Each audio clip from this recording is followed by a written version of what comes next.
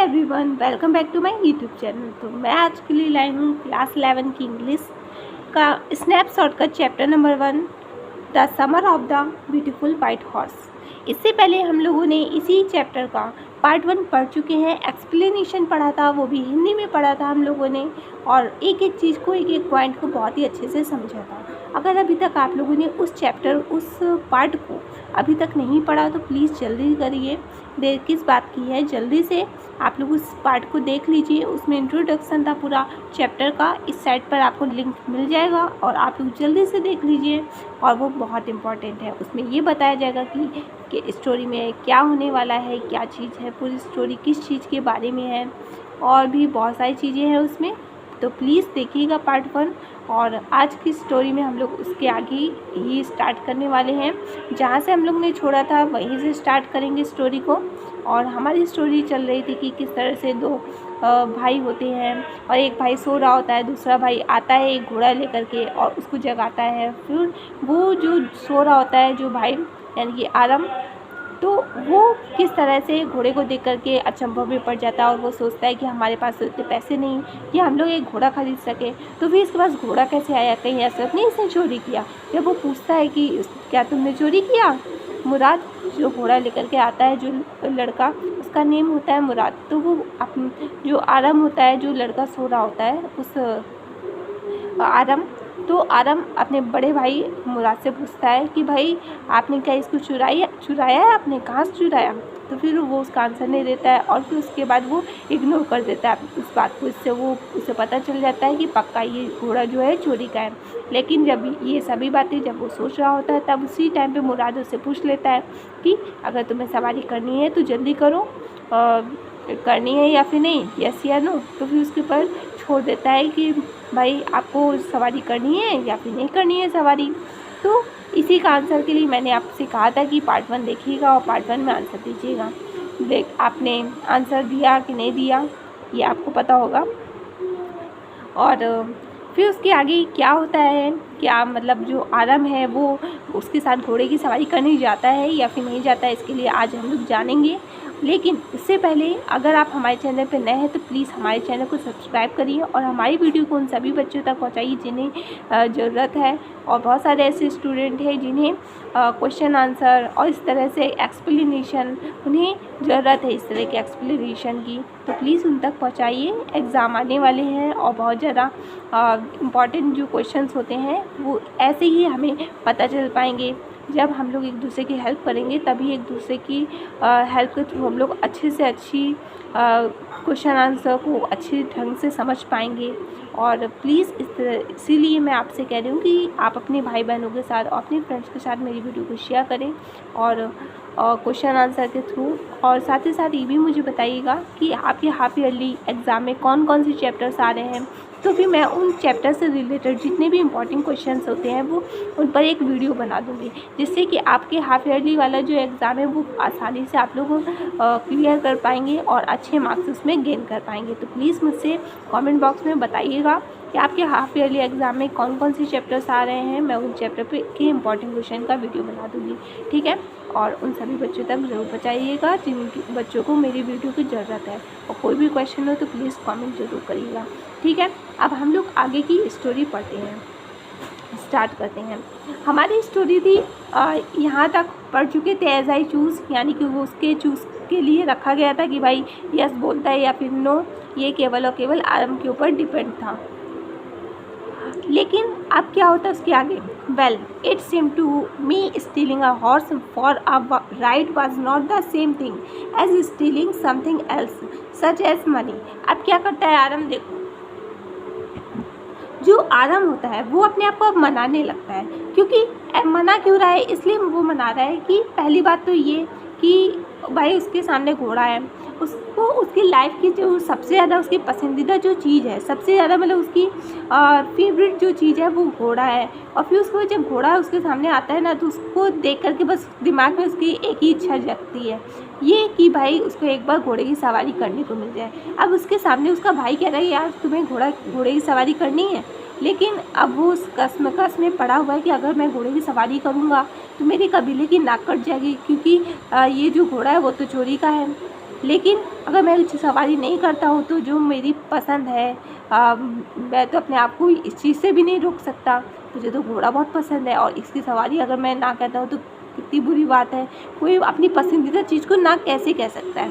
इसलिए वो अपने आप को मनाता है और वो अपने आप से कहता है कि घोड़े की सवारी करना, केवल घोड़े की सवारी करना, घोड़े की चोरी कैसे हो सकता है। चोरी तो केवल इस चीज़ की होती है ना, चोरी तो उसको कहते हैं जैसे कि पैसे की चोरी, बर्तन की चोरी, कपड़ों की चोरी या फिर जेवर की चोरी। तो इस तरह की चीज़ों को, जब कुछ इस तरह की चीज़ें चुराई जाती तब उसको चोरी कहते हैं। घोड़े की सवारी करना कब से चोरी हो गया, तब उसने ये बात बोली। फिर उसके आगे वो बताता है कि for all I knew may be it was not stealing at all. लेकिन उससे इस बात की जानकारी थी, वो इस चीज़ को जानता था कि वो इस चीज़ को भी जानता था कि भाई ये चोरी नहीं थी, क्योंकि if you were crazy about horse the breed, my horse my cousin Murad and I were, it was not stealing. अगर मतलब वो ये बताने की कोशिश कर रहा हम लोगों से कि मैं अच्छी तरह से जानता था कि ये चोरी नहीं थी, क्योंकि अगर आप भी घोड़े के लिए उतने ही दीवाने होते जितना कि मैं और मेरा भाई मुराद घोड़े के लिए दीवाने हैं, तो आप भी यही मानते कि ये चोरी नहीं थी। It would not become stealing until we offer to sell the horse. और ये चोरी तब तक नहीं है जब तक कि हम लोग इस घोड़े को बेच ना दें, यानी कि जब हम लोग घोड़े को बेच देंगे तब जाकर के वो चोरी मानी जाएगी, इसको चोरी नहीं मानी जाएगी। Which of course I knew we would never do. और ये जो काम है ऐसा हम लोग बिल्कुल भी कभी नहीं करेंगे, और ऐसा हम लोग तो सोच भी नहीं सकते कि भाई कोई खुद ही सोचो, जब किसी व्यक्ति को कोई चीज़ पसंद है तो वो उस चीज़ को अपने आप से दूर क्यों करेगा। तो ठीक इसी तरह से जो उसका भाई है, जो आदम है और जो मुराद है, वो दोनों ही घोड़े को बहुत ज़्यादा पसंद करते हैं, और वो लोग फिर घोड़े को अपने आप से दूर क्यों करेंगे, क्यों बेचेंगे, और जब बेचेंगे नहीं तो वो चोरी भी नहीं कहलाएगी। मतलब उनका मानना ये था आदम का। आगे क्या होता है इसके बारे में जानेंगे। अब आदम क्या करता है, let me put on some cloth I said. Adam कहता है कि भाई मुझे कुछ कपड़े पहन लेने दो। All right he said but hurry. लेकिन अब मुराद कहता है कि ठीक है भाई पहन लो कपड़े, लेकिन थोड़ा जल्दी। आई लिफ्ट इनटू माई क्लॉथ्स। और मैंने जो आदम था उसने जल्दी फटाफट से कपड़े पहन लेता है। I jump down to the yard. और जो आदम था वो फटाक से जो कमरे की जो खिड़की होती है उससे बाहर की ओर जो आंगन था खिड़की से निकल कर के आंगन में कूद देता है। फिर उसके बाद क्या करता है, from the window and lift up on to the horse behind my cousin Mourad. और फिर उसके बाद फिर आंगन पर से वो घोड़े के ऊपर उछल करके अपने भाई मुराद के पीछे बैठ जाता है। That year we lived at the edge of the town on Walnut Avenue. और उस साल वो लोग वॉलनट एवेन्यू जो कि एक कस्बा था उसकी सीमा पर रहते थे वो लोग। Behind our house was the country. और उनके घर के जस्ट पीछे साइड पर एक ग्रामीण क्षेत्र था जहाँ पर वाइन यार्ड्स और ऑर्चिड। वाइन यार्ड्स और ऑर्चिड का मतलब ये है कि वहाँ पर अंगूर और केले की का बगीचा था। जो अंगूर होते हैं, अंगूर और जो केला, उनका बगीचा था। एरीगेशन डिच और जो भी सिंचाई के लिए जो भी गड्ढे खोदे जाते हैं उनका भी गड्ढे थे ढेर सारे वहाँ पर सिंचाई के लिए। एंड कंट्री रोड्स, और साथ ही साथ वहाँ पर देहाती सड़कें यानी कि कच्ची सड़कें भी वहाँ पे थी। In less than 3 minutes we were on Olive Avenue. और वो लोग 3 मिनट से भी कम समय में ऑलिव एवेन्यू, जो कि एक तरह से वो भी रोड थी या फिर क्या एक तरह से जगह थी, उस जगह पे वो लोग पहुँच जाते हैं। And then the horse began to trot. और फिर उसके बाद वहाँ से फिर घोड़ा चलने लगता है। The air was new.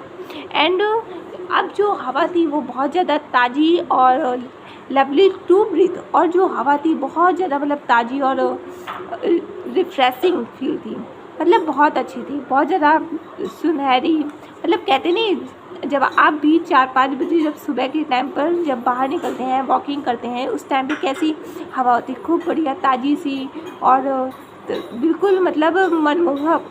मतलब जो भी माइंड, चाहे जितना भी माइंड टेंशन में हो या फिर कुछ भी, जैसे भी आपका स्ट्रेस हो या फिर हेडेक भी हो रहा हो ना, तब भी वो भी सही हो जाता है उस हवा से। मतलब सुबह की हवा में इतना जादू होता है।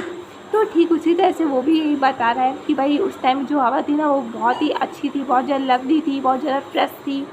The feel of the horse running was wonderful. और जिस टाइम पे जो घोड़ा था, जिस टाइम पे घोड़ा दौड़ रहा था, उस टाइम पे हम लोग बहुत ज़्यादा वंडरफुल फील कर रहे थे, बहुत ज़्यादा अच्छा महसूस कर रहे थे। My cousin Mourad who was considered one of the craziest member of the family began to sing. और जो मेरा भाई मुराद था वो हमारे परिवार का एक संगी सदस्य था, संगी का या फिर पागल सदस्य था, जिसने खुशी मतलब बहुत ज़्यादा वो खुश हो गया था, घोड़े पर सवारी करने की वजह से खुश था मुराद। तो इस वजह से वो गाना गाना स्टार्ट कर देता है। फिर आगे जो आरम है वो कहता है ही बिगैन टू रोर।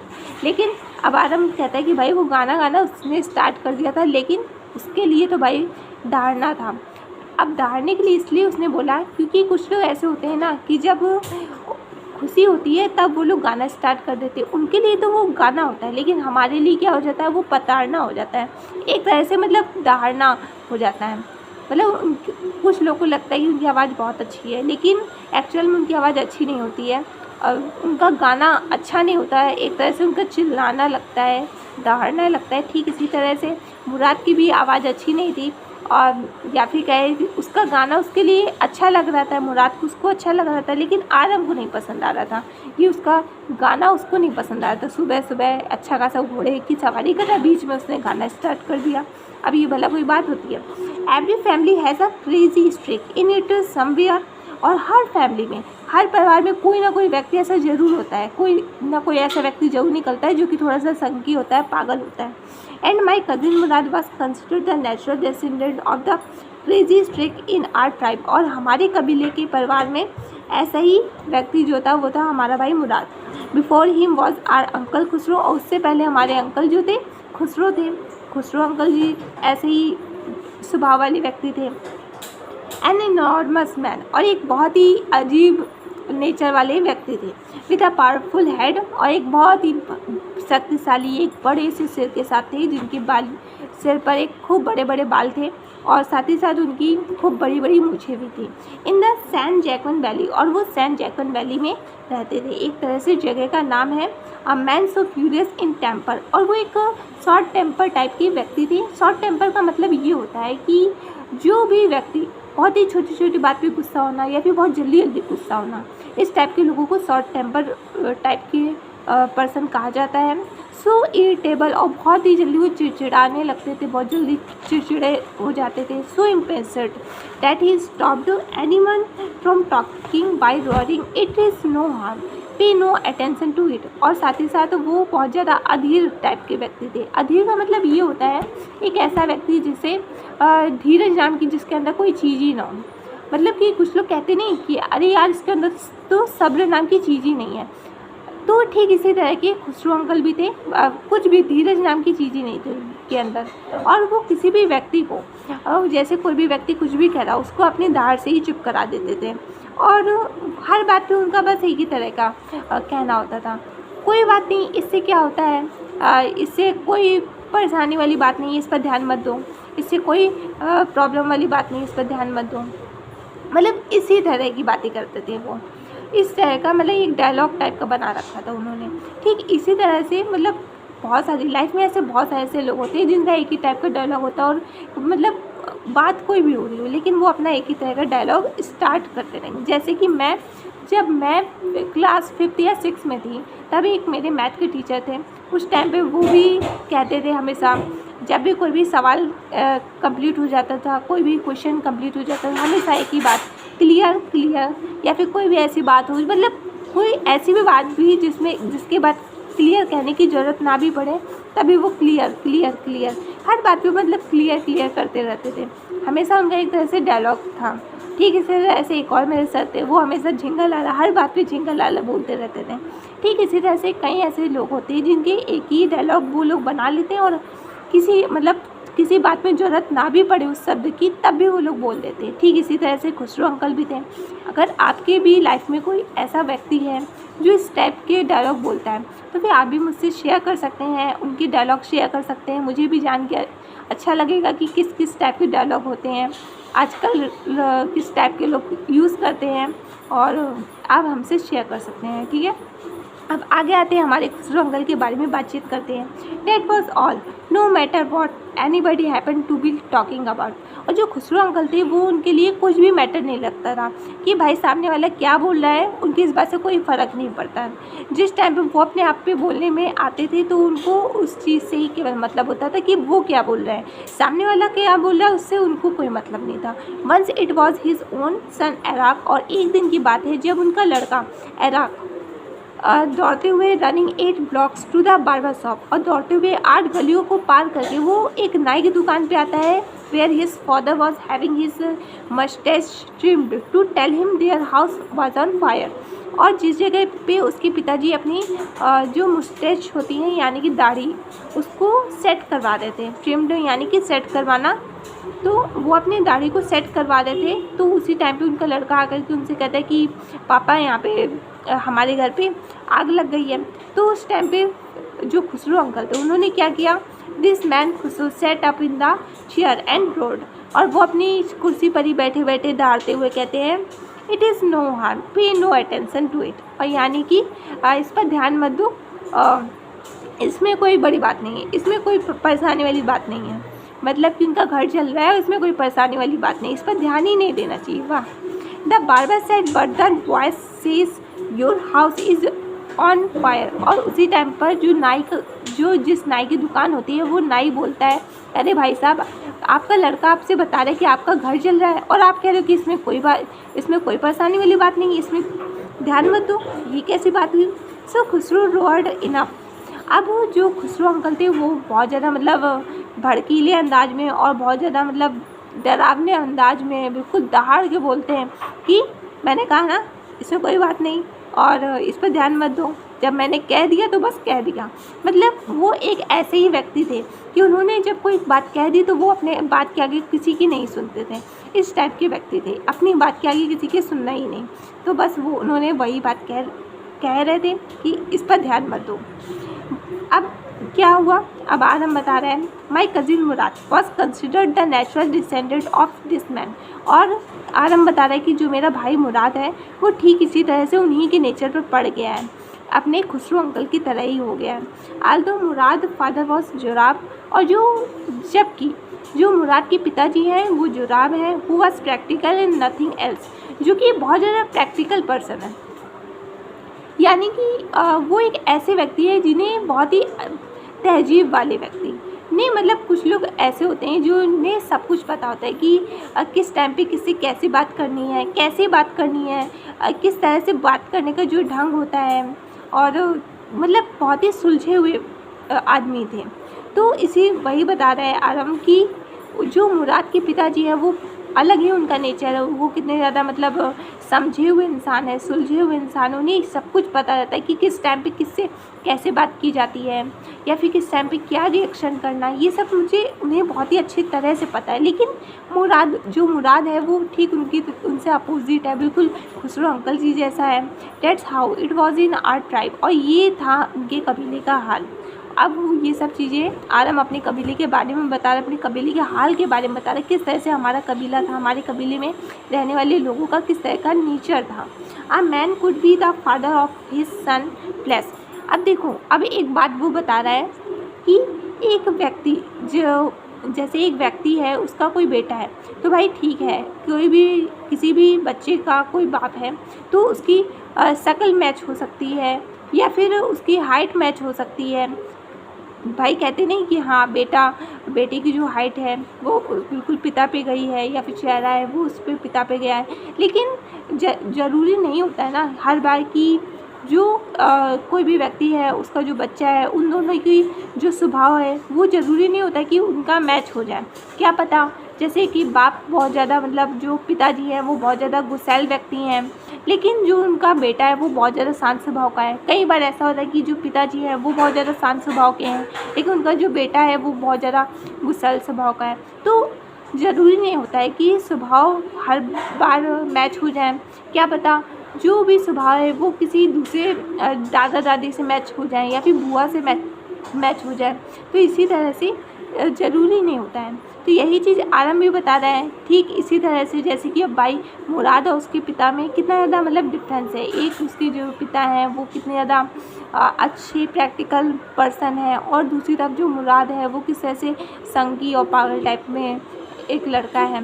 तो दोनों में कितना अंतर है, ये चीज़ बताने की कोशिश कर रहा है। और साथ साथ उसने ये भी बताया कि the distribution of the various kinds of spirit of our tribe had been from the beginning capricious and vagrant। और ये जो अलग अलग तरह का ये जो स्वभाव है हमारे कबीले का, वो इस हमारे कबीले में ये अलग अलग तरह के स्वभाव में सबसे ज़्यादा कैप्रिसियस और वैग्रेंट टाइप के लोग मिलते हैं। कैप्रिसियस एक वो जो थोड़े संकी टाइप के, और वैग्रेंट वो एक थोड़े आवारा टाइप के। हमारे कबीले में ये दो तरह के लोग कुछ ज़्यादा ही मिलेंगे, इसी टाइप के ज़्यादा लोग मिलेंगे। We rode and my cousin Mourad sang, और मेरा जो भाई है वो घोड़े पर सवारी कर रहा है और साथ साथ गाना भी गा रहा है। For all anybody knew we were still in the old country, और तो और we are at least according to some of our neighbour. और हमारे कुछ जो पुराने पड़ोसियाँ हैं, पड़ोसी वगैरह अगल बगल के, तो उनकी हेल्प से हमें ये मालूम होता है कि हम लोग ठीक मतलब हम लोग काफ़ी पुराने समय से एक ही जगह पे रह रहे हैं, जिस जगह पे अभी रह रहे हैं। मतलब बताया था ना अभी कहाँ पे रह रहे हैं। काफ़ी सालों से वो लोग वॉलनट एवेन्यू जिस जगह पे वो लोग रह रहे हैं उसकी सीमा पे, ठीक उसी जगह पे हम लोग काफ़ी सालों से, काफ़ी पुराने टाइम से वो लोग रह रहे हैं उसी जगह पे, काफ़ी पुराने समय से उसी जगह से वो लोग बिलोंग करते हैं। We let the horse run as long as it felt like running. और वो लोग जितना ज़्यादा मतलब घोड़े पे बैठकर जितनी तेज़ी, जितनी गति अनुभव कर रहे थे, ठीक उतनी गति से उनका घोड़ा भी दौड़ रहा था। At last my cousin Murad said get down. और जो मेरा भाई है मुराद, उसने मुझसे कहा कि भाई तुम उतर जाओ। I want to ride alone, मैं चाहता हूँ अकेले सवारी करना चाहता हूँ। Will you let me ride alone I asked. फिर उसके बाद आरम ने उसने अब मुराद से पूछा कि मैं तो भाई उतर जाऊँगा, तो क्या तुम भी मुझे अकेले सवारी करने का मौका दोगे कि नहीं दोगे? That is up to the horse my cousin said. अब जो मुराद है वो आरम से कहता है कि भाई ये तो घोड़े पर निर्भर करता है कि वो अपने ऊपर तुमको बैठने देगा कि भी नहीं। मतलब मेरी तो घोड़े के साथ 60 बाट बनी हुई है। अब तुम फर्स्ट टाइम घोड़े पे बैठे हो तो तुम्हारी दोस्ती घोड़े से होना थोड़ा सा तो टाइम तो लगेगा ही। तो इसीलिए वो कहता है कि भाई ये तो घोड़े के ऊपर निर्भर करता है, लेकिन भैया उतर जाओ अभी के लिए। The horse will let me ride I said. तो फिर जब आराम अब कहता है मुराद से कि घोड़ा मुझे क्यों नहीं अपने ऊपर बैठने देगा, घोड़ा थोड़ी अपने मुझसे कहेगा कि ना भाई आराम तुम नहीं बैठोगे, घोड़ा थोड़ी बोलता है। तो अब भी वो 9 साल का लड़का, उसको क्या पता कि घोड़ा नौटंकी भी करता है चलने में, हर किसी को बैठने नहीं देता अपने ऊपर। अभी उसको पता नहीं है, जब बैठेगा तब उसको पता चलेगा ना। We shall see he said don't forget that I have a way with a horse. तो अब मुराद आराम से कहता है कि चलो ठीक है, देखा जाएगा, ठीक है, जब तुम बैठोगे उस टाइम का तब देखा जाएगा। लेकिन ये मत भूलो कि मेरा जो घोड़े को चलाने का, घोड़े पर सवारी करने का जो तरीका है वो एक तरीका है, एक तरह से एक अंदाज है। मतलब मुझे पता है कि किस तरह से घोड़े पर सवारी की जाती है, तुम्हें नहीं पता क्योंकि अभी तक तुमने एक बार भी सवारी नहीं करी है। फर्स्ट टाइम तो वही बैठे हो, अब तुम कह रहे हो कि ठीक है मुझे भी एक बार अकेले सवारी करने का मौका देना, तो ठीक है तुम कह रहे हो दे दूँगा, लेकिन ये तो घोड़े पर ही निर्भर करेगा कि वो तुमको अपने ऊपर बैठने देगा या फिर नहीं देगा। Well I said any way you have with a horse I have also. ठीक है, तुम्हारा कोई भी तरीका हो घोड़े को चलाने का, लेकिन जिस तरह से तुमने घोड़े को चलाना सीखा ठीक मैं भी सीख जाऊँगा, ऐसा आनम कहता है मुराद से। For the sake of your safety he said. और अब जो मुराद है वो आरम से अपने छोटे भाई से कहता है कि भाई मैं ये जो भी कह रहा था भाई मैं तुम्हारी सुरक्षा के लिए कह रहा था, ठीक है, और let us hope so get down. और मैं आशा करता हूँ कि भाई जैसा तुम सोच रहे हो वैसा ही हो, कि जैसा तुम सोच रहे हो कि तुम भी सीख जाओगे घोड़े पे बैठना तो वैसा ही हो, भगवान करे, अच्छा है कि तुम भी जल्दी से सीख जाओगे और तुम भी चलाना। और लेकिन अभी के लिए प्लीज़ भैया उतर जाओ। अभी भी उसको यही बार बार कह रहा है भैया अभी उतर जाओ, क्योंकि अभी तक वो उतरा नहीं है, अभी तक बातचीत हो रही है ना दोनों भाइयों में। All right I said. और उसने कहा ठीक है जो आदम है वो मुराद से कहता है ऑल राइट, ठीक है भैया, but remember you have got to let me try to ride alone. लेकिन उतरते हुए फिर आदम अपने भाई मुराद से कहता है लेकिन भैया याद रखना मुराद भाई कि मुझे भी तुम्हें अकेले सवारी करने का एक मौका जरूर देना पड़ेगा। I got down and my cousin Mourad kicked his heels into the horse and shouted vazire run. जो आदम था वो नीचे उतर जाता है और आदम को जो भाई मुराद होता है वो घोड़ा जो होता है उस पर अपनी एड़ी से किक करता है और उसके बाद फिर वो चिल्लाते हुए कहता है बजायर रन, यानी कि दौड़ो और दौड़ो, तेजी से दौड़ो। The horse stood on it's hind legs. जो घोड़ा होता है वो अपनी पिछली 2 टांगों पे खड़ा हो जाता है। स्नॉटेड and burst into a fury of speed that was the loveliest thing I had ever seen। और मैंने देखा कि जो घोड़ा है वो 2 पैरों पे खड़ा होता है और खड़े होकर के खूब हिनहिनाता है। फिर उसके बाद वो तेज़ी से दौड़ता है, जितना तेज़ी से उसको मतलब वो दौड़ सकता था वो उतनी तेज़ी से घोड़ा दौड़ता है। और मैंने इतना प्यारा दृश्य, इतना प्यारा सीन आज तक मैंने कभी नहीं देखा।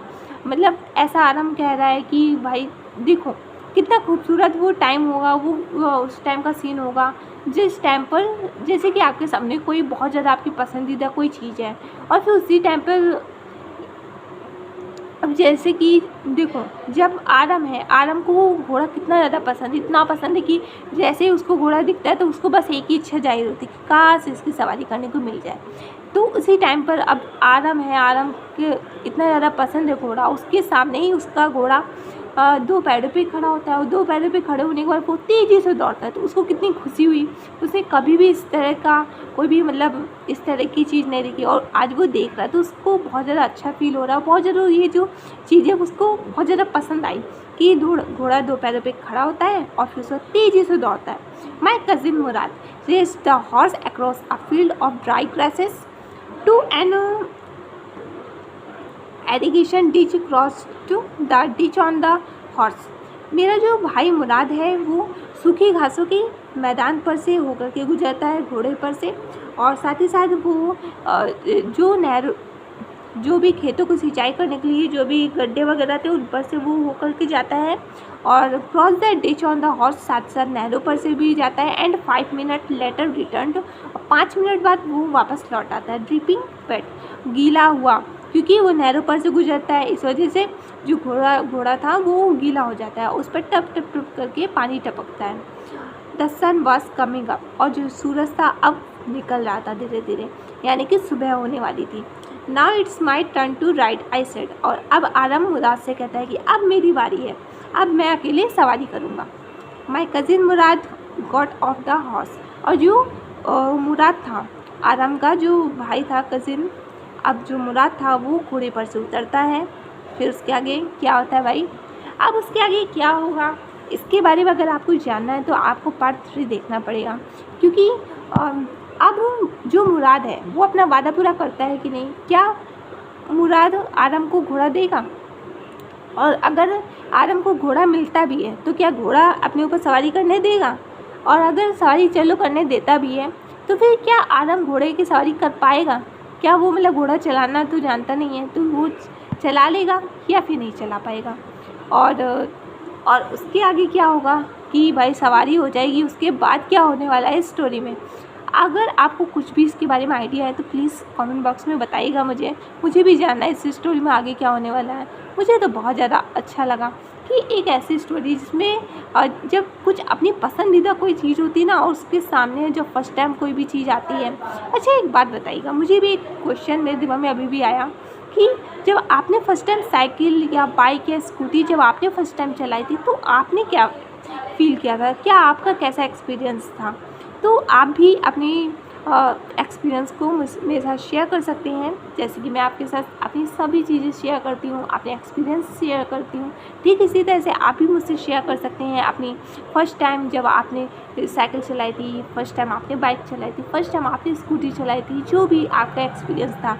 या फिर आप भी जब बाइक साइकिल स्कूटी स्टेप जो भी चलाते हैं तो उस टाइम आप कैसा फील करते हैं, क्या एक्सपीरियंस उससे रहता है आपका, या फिर उससे जुड़ी कोई भी ऐसी स्टोरी जो आपको बहुत ज़्यादा हंसी उस स्टोरी को बार बार याद करके आपको हंसी आती हो तो आप मुझे शेयर कर सकते हैं, ठीक है। और इसके आगे स्टोरी में क्या होने वाला है वो अगर आपको जानना है तो फिर कल वाली वीडियो ज़रूर देखिएगा, उसमें बहुत मज़ा आने वाली है। और मुझे विश्वास है कि आपने इस पूरी स्टोरी को एंजॉय किया होगा और आगे भी इसी तरह से हम लोग एंजॉय करके पढ़ेंगे।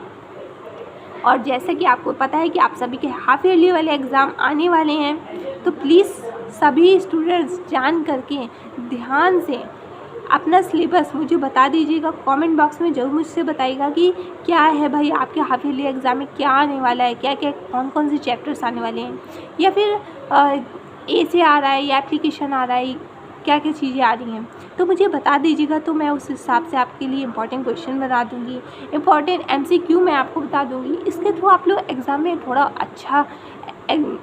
अच्छे मार्क्स गेन कर पाएंगे, है ना। ठीक है, आज के लिए बस इतना ही है, लेकिन कल वाली वीडियो देखना ज़रूर, क्योंकि उसमें यही पता चल पाएगा कि ये जो आदम भाई साहब हैं ये घोड़ा चला पाते भी कि नहीं, या फिर मुराद घोड़ा आदम को देता भी है कि नहीं, ये निकल लेता है फिर उसके बाद वापस घर। ठीक है, तो आज के लिए बस इतना ही है। और कल है स्वतंत्रता दिवस, इसके लिए आप सभी को हार्दिक शुभकामनाएं, बहुत बहुत ज़्यादा आप सभी को शुभकामनाएं। और आप लोग किस तरह से अपना ये जो स्वतंत्रता दिवस है आप लोग किस तरह से मनाते हैं प्लीज़ बताइएगा। और आप लोग कितने एक्साइटेड हैं स्वतंत्रता दिवस को लेकर के ज़रूर बताइएगा। मैं तो बहुत एक्साइटेड हूँ, मुझे बहुत अच्छा लगता है ये दिन, और इस दिन हम लोग आज़ाद हुए हैं और कितना मेरे लिए बहुत ज़्यादा अच्छा दिन है। मैं हमेशा इस दिन बहुत ज़्यादा एक्टिव महसूस करती हूँ, अपने आप को सच में फ्री महसूस करती हूँ और बहुत ज़्यादा एक्साइटेड रहती हूँ। हमेशा बचपन से ही मेरे अंदर इस दिन के लिए बहुत ज़्यादा एक्साइटमेंट रहता है, काफ़ी ज़्यादा एक्साइटमेंट रहता है कि स्कूल में किस तरह से फंक्शन होते हैं, या फिर हर चीज़ में कुछ ना कुछ नया हो जाता है। हर बार कुछ ना कुछ नया देखने को मिलता है अपनी कंट्री में। तो आप लोग किस तरह से, क्या एक्साइटमेंट आपके अंदर रहता है इंडिपेंडेंट डे को लेकर के, प्लीज़ मुझे बताइएगा। मुझे भी जान के अच्छा लगेगा कि मेरे भाई बहन क्या एक्साइटमेंट फील करते हैं इंडिपेंडेंट डे को लेकर के। ठीक है, और आज के लिए बस इतना ही। बाय बाय, जय हिंद, जय भारत।